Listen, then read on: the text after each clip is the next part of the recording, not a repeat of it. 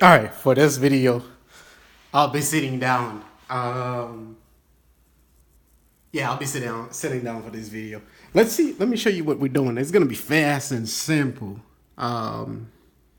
It says for all a greater than 0, which of the following expressions is equal to a to the -2, and then we have all the answer choices. So it'll be fast and simple, trust me.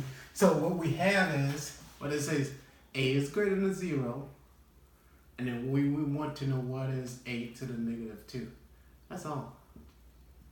Now, anytime you have something to the negative power, is that stuff is so when you have something to the negative power, is that thing 1 over a squared. So let me explain that.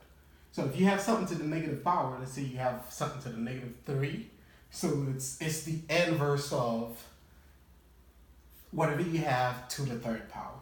So if this was a to the -4, it would be the inverse of, which is 1 over a to the 4th.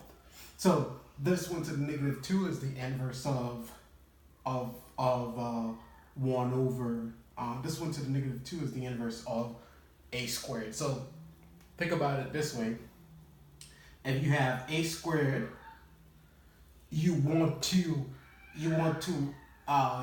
write it as 1 over something. It's gonna be 1 over a to the -2, and then a to the -2. If you want to write it as 1 over something, it's gonna be 1 over a squared.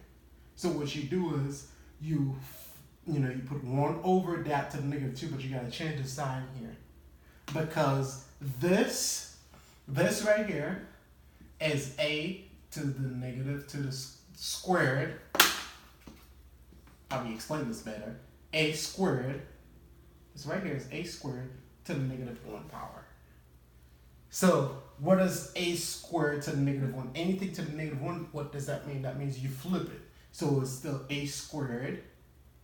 Flip a squared, which is 1 over a squared. So this one, for this one right here, this was an example. Don't worry about this one.